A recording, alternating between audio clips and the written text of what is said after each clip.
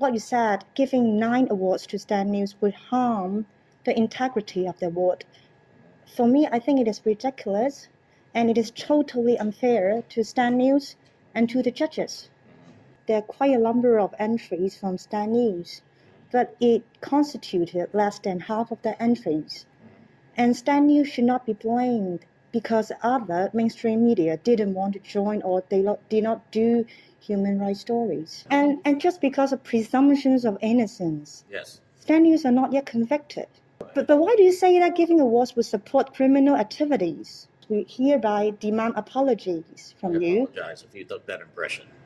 To Stand News and to the judges. I apologize to any judges who were offended by what I said, or to Stand News. I never intended that.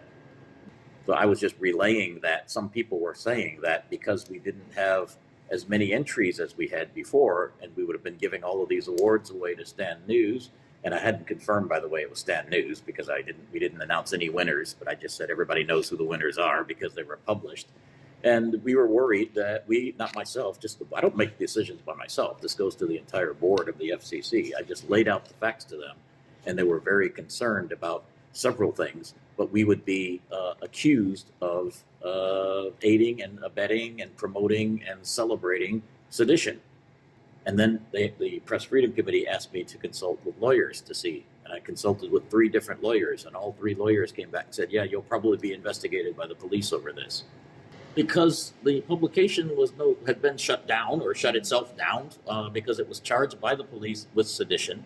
You could reasonably be accused of, I think the word they used was aiding, promoting, or celebrating sedition.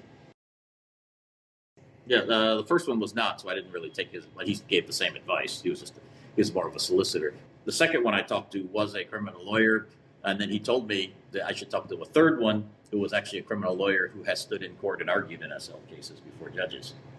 He just, because I'll call you or I'll write it down on WhatsApp. I didn't have time to go to his office. He was actually in court handling one of the 47.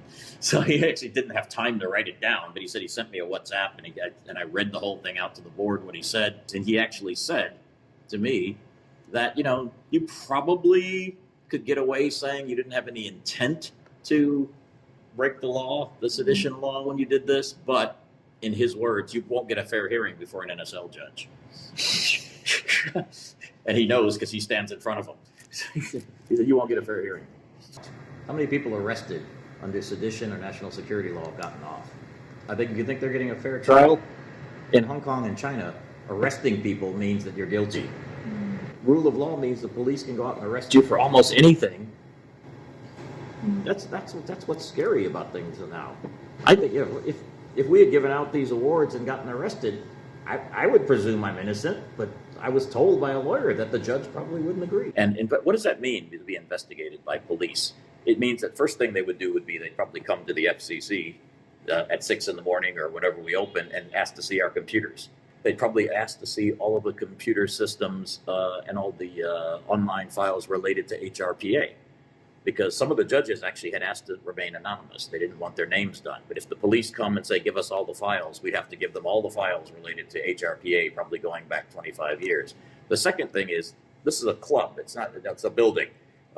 I'm the elected officer, so the visible face of the club. So if they're going to arrest anybody, who would they arrest? Probably me, and probably the manager of the club, maybe other officers. So what you're basically asking me is, given that I knew that there was a risk, and given that lawyers told me there was a risk, should I have stood up for press freedom and given these awards out to you guys and risk going to jail?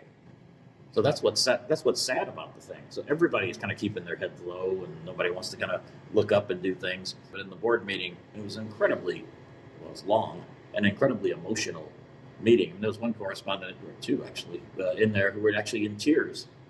But we had to vote to suspend this thing. I'm not making this up. They were just saying, I hate this. I can't believe we've come to this in Hong Kong where we can't have this award.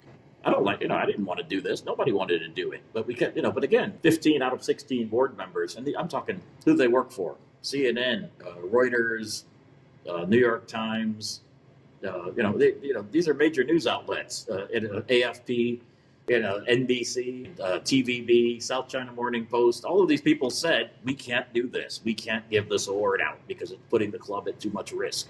We drafted a statement that took all day to finish drafting. The legal advice was to be as vague as you can in the statement because you don't even want to give the police a roadmap for the crime that you're about to commit. I started making phone calls to people, including I called Information Services, I called Ronson, and then I called the Foreign Ministry to say, hey, this press release is going to come out. Why did I do that? Because I remembered they put out such a vicious statement against us when we put out our statement against Stan News being closed in December.